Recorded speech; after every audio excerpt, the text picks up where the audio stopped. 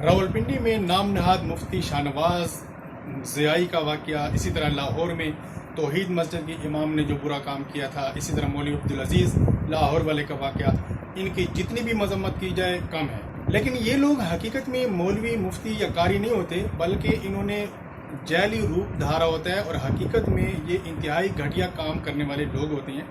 अवाम का इसमें कसूर ये है कि अवाम को सही कुर्रा उलमा और मुफ्तियान की पहचान नहीं है। अवाम हर मदरसे को मदरसा समझती है, लेकिन याद रखें हर मदरसा मदरसा नहीं होता। आप लोग एक साबुन ख़रीदते हैं तो नकली असली की पहचान करते हैं, तो मदारिस को आप क्यों किसी सही आलिम दीन से मालूमात हासिल नहीं करते? आपको मुझे कितने ऐसे मदारिस मालूम हैं कि जहाँ के नाम निहाद कारी और मोहतमीम हजरात नौजवान लड़कियों से पर्दा नहीं करते, मदरसे में आते हैं जाते हैं, उनसे बराह रास्त बातें करते हैं, फिर भी आप लोगों ने अपनी बच्चियाँ वहाँ पर दाखिल कराई हुई हैं, तो आपका अपना कसूर है। देखिए, हुजूर पाक सल्लल्लाहु अलैहि वसल्लम के दौर में सहाबा रज़ियल्लाहु अन्हुम ने और उनके बाद उन्होंने उम्महातुल मोमिनीन रज़ियल्लाहु अन्हुन्ना से पर्दा किया, तो आज के नाम निहाद मुफ्ती और कारी और मोहतमीम अपने पास कौन सी दलील रखते हैं कि जिसकी वजह से ये नौजवान लड़कियों से बातें करती हैं, उनके सर पे हाथ रखती हैं? याद रखिए, नामहरम चाहे वो बूढ़ा हो चाहे जवान हो, किसी नौजवान लड़की के सर पे हाथ रख के सलाम या दिलासा नहीं दे सकते, इसकी आप लोग परवाह नहीं करते। अब शरीयत में ये मना है। हाँ, अगर कोई महरम है तो हाथ रख सकता है। लोग कहते हैं कारी साहब ने हमारी बच्ची के सर पे हाथ रख दिया, बस ये इसकी बेटी बन गई। ऐसा हरगिज़ नहीं है, शैतान का धोखा है। तो आप लोग अपनी भी इस्लाह करें और सही मदारिस और सही कुर्रा और उलमा और मुफ्तियान की पहचान हासिल करें। हर मदरसा ऐसा नहीं होता।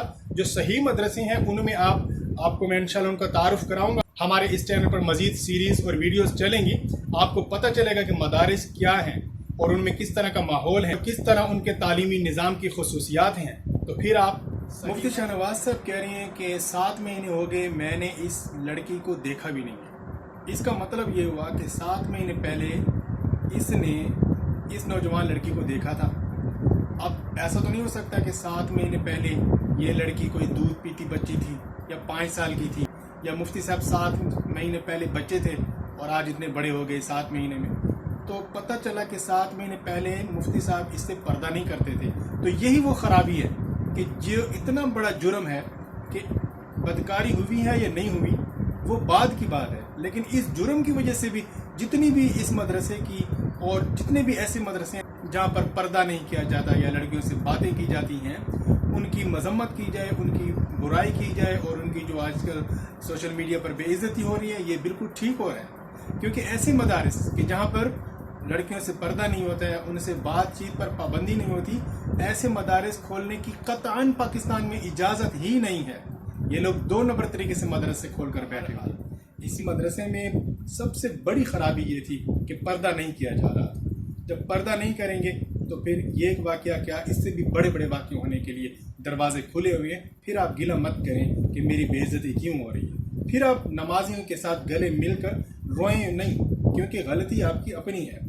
आप तो लोगों को पर्दे की आयत की तफसीरें बताते, आप खुद पर्दा नहीं कर रहे थे, तो इससे बढ़कर और गलती क्या होगी? इनके जितने भी हमारे तालीमी बोर्ड्स हैं उनको पता नहीं होता कि ये लोग क्या कर रहे हैं। अब आप बताएं, आप जब नौजवान बच्ची को दाखिल करा लेते हैं तो उसके बाद आपको क्या पता कि वो उससे पर्दा करते हैं, उससे बात करते हैं या नहीं करते? लोगों का भी इसमें कसूर है। आपको मैं बताऊंगा कि जो बड़े बड़े मदारिस हैं वहाँ पर बच्चियाँ आती हैं और स्कूल टाइम की तरह दोपहर को वापस घरों में चली जाती हैं। रात को रहना एक बहुत बड़ा रिस्क है। बड़े मदारिस वाले ऐसा रिस्क कभी भी नहीं लेते। तो जो लोग ऐसे छोटे मोटे मदरसे खोल कर बैठे हुए हैं तो वो सही कवानीन की पासदारी नहीं कर रहे होते, वो असल में मदरसे होते ही नहीं है, जिसकी वजह से इस तरह के इश्यूज और दूसरे उलमा की बदनामी के सबब बनने वाले वाक़यात लोगों के सामने आते हैं। अब आप देखें कि नमाज के बारे में कुरान मजीद में आया कि बेहयाई के कामों से रोकती है। अब अगर कोई शख्स नमाज भी पढ़ रहे और बेहयाई के कामों से नहीं रुक रहा तो नमाज का कसूर नहीं है, बल्कि वो अपनी नमाज को सही तरीके पर अदा नहीं कर रहा। नमाज के शराइत और अरकान और वाजिबात की सही पासदारी नहीं कर रहा, जिसकी वजह से उसकी नमाज नहीं हो रही। जब नमाज नहीं हो रही तो नमाज उसको बुराई से भी नहीं रोक रही। तो जो मदारिस कवानीन की पासदारी नहीं कर रहे होते, अपने बड़ों की जो बनाए हुए ज़वाबित हैं उनके मुताबिक मदरसा नहीं चला रहे होते, तो वहाँ पर ये ऐसे वाक़यात होते हैं। اب وہ ایسے واقعات کے خود ذمہ دار ہیں اور اس کی وجہ سے تمام علماء پر دھبا نہیں لگتا ہے. یہ جو میرے بھائی تمام علماء کو برا بھلا کہنا شروع کر دیتے ہیں, تمام مولویوں کو برا بھلا کہنا شروع کر دیتے ہیں, یہ بھی ان کی بہت بڑی غلطی ہے. اب دیکھیں اس طرح کی برائی کے واقعات تو ججوں نے بھی کیے ہیں اپنے کلائنٹس کے ساتھ, اسی طرح ٹیچرز نے بھی کیے ہیں, اسی طرح بہت سے ڈاکٹرز نے بھی کیے ہیں, اور معاشرے میں کتنے افراد ہیں کہ انہوں نے ہر پیشے میں آ کر خواتین کی عزت بھی لوٹی ہے اور غلط قسم کے کام بھی کیے ہیں اور دھندے بھی کروا رہے ہیں. تو ایک کی وجہ سے سارے لوگ بدنام نہیں ہوتے, سارے برے نہیں ہوتے. ہاں یہ الگ بات ہے کہ دینی شعبے والے جب ایسا کرتے ہیں تو ان کے لیے ڈبل سزا ہے, اور یہ مثال ایسی ہے جیسے سفید کپڑے پر دھبا لگ جائے, داغ لگ جائے تو زیادہ نظر آتا ہے. اور جو کہ قرآن و حدیث پڑھاتے ہیں ان کو بہت ہی احتیاط کے ساتھ چلنا چاہیے, اور بزرگوں نے جو مدارس کھولنے کے, خاص کر لڑکیوں کے مدارس کھولنے کے قوانین اور ضوابط بنائے ہوئے ہیں, ان کے بغیر کبھی بھی مدرسہ نہیں کھولنا چاہیے.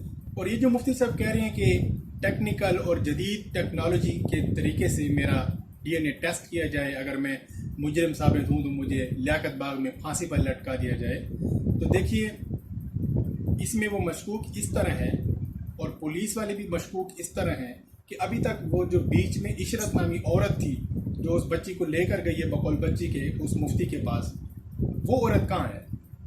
اس کو نہیں پکڑا گیا اب تک, اس سے تفتیش نہیں کی گئی, حالانکہ اس سے بھی تفتیش کرنی چاہیے, اس کو بھی ٹرائل ہونا چاہیے, تو وہ خود بخود سچ اگلے گی. اسی طرح آپ جانتے ہیں کہ پاکستان میں جو لمبے ہاتھوں والے لوگ ہیں اور جو زیادہ اثر اور رسوخ والے لوگ ہیں وہ کس طرح حقائق کو مسخ کرتے ہوئے آگے اپنی راستے ہموار کرتے ہیں.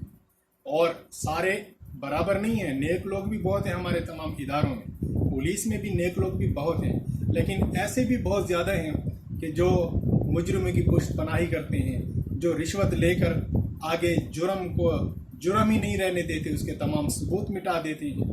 اور جو لیبارٹریاں ہیں یہ بھی رقم لے کر, رشوت لے کر اپنے ریزلٹس کو بدل دیتے ہیں. تو یہ کرپشن اور یہ بددیانتی تو عام ہے. تو اگر مفتی صاحب کی اس بات کو اسلامی بنیادوں پر پرکھا جائے اور ایک صحیح معنوں میں ان کا ٹیسٹ کرایا جائے تو پھر بات واضح ہو سکتی ہے. اور ایک بات اور بھی ہے کہ اس معاملے کو جتنا بھی طول دیا جا رہا ہے تو اس میں ڈیلے ہونے کی وجہ سے اب ڈی این اے ٹیسٹ میں جو چیزیں آنی ہیں وہ بھی نہیں آئیں گی, اور اس میں اور بھی بہت سی ٹیکنیکل باتیں جو میں آپ کو یہاں پر نہیں کر سکتا. وہ جو لوگ سمجھتے ہیں وہ جانتے ہیں کہ اس میں کیا ہوتا ہے کیا نہیں ہوتا.